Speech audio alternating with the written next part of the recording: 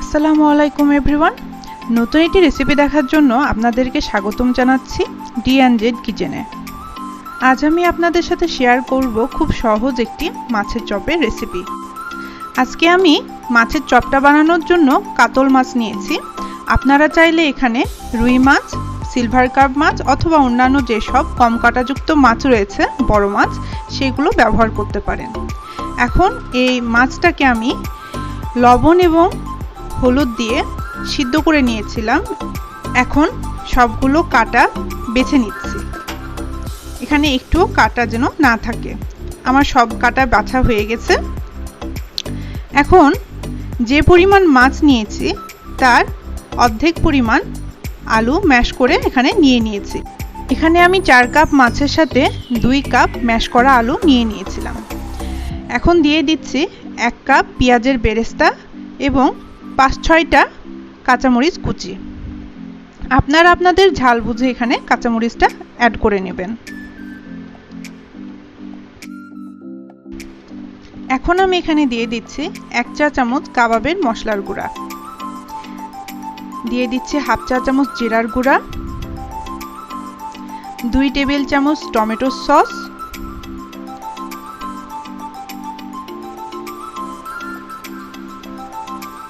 দিয়ে দিচ্ছি 1 টেবিল চামচ সয়া সস,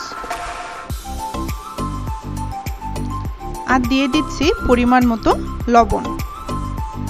লবণটা আপনারা স্বাদ বুঝে অ্যাড করবেন। এখন এই সব কিছুকে ভালো করে মিক্স করে নিতে হবে। এখানে মিক্সিংটা অবশ্যই খুব ভালো হতে হবে, না হলে চপের যে টেস্টটা সেটা ভালো আসবে না। এখন আমার চপের যে মিশ্রণটা ভালো করে মিক্স করা হয়ে গেছে। এখন এই সব কিছুকে চপের শেপ করে নিব।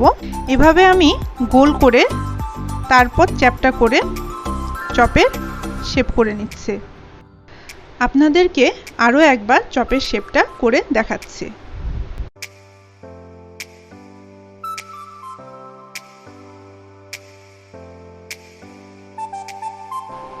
এভাবে বাকি মিশ্রণটাকেও চপের শেপ দিয়ে নিচ্ছে।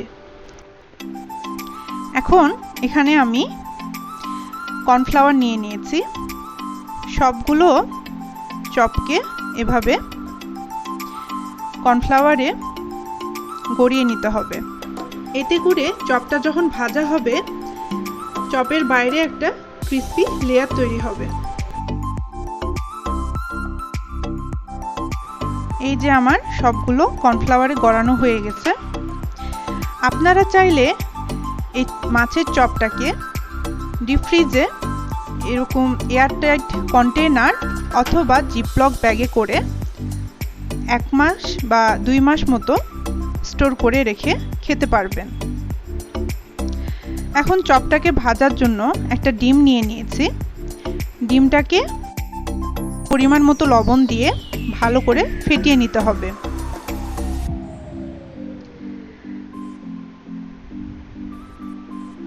এখন একটা কড়াইয়ে ডুবো তেলে ভাজার জন্য পরিমাণ মতো তেল নিয়ে নিয়েছি। এখানে আমি সয়াবিন তেলটা ব্যবহার করেছি।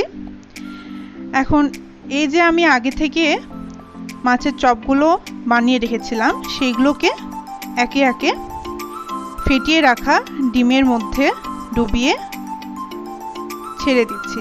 যখন তেলটা গরম হয়ে আসবে ঠিক তখনই এই মাছের চপগুলো ডিমে ডুবিয়ে তারপরে তেলে ছেড়ে দিতে হবে। যেহেতু মাছগুলো আমি সিদ্ধ করে নিয়েছিলাম তাই চপের ভিতর সিদ্ধ হওয়ার জন্য এক্সট্রা টাইম ধরে এগুলোকে ভেজে নেওয়ার দরকার নেই। শুধুমাত্র চপগুলোর প্রতিটা পাশ 5 মিনিট করে টোটাল 10 মিনিট ভেজে নিলেই চপগুলো সুন্দর করে ভাজা হয়ে যাবে। তো আমার এখানে চপগুলোর এক পাশ ভাজা হয়ে গেছে। আপনারা দেখতে পাচ্ছেন সুন্দর গোল্ডেন কালার ধারণ করেছে।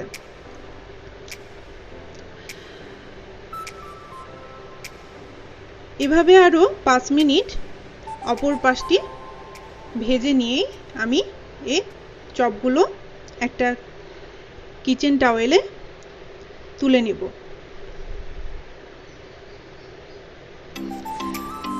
আমার মাছের চপগুলো ভাজা হয়ে গেছে। এখন এগুলোকে কিচেন টাওয়েল বা টিস্যুর উপরে তুলে নিচ্ছি।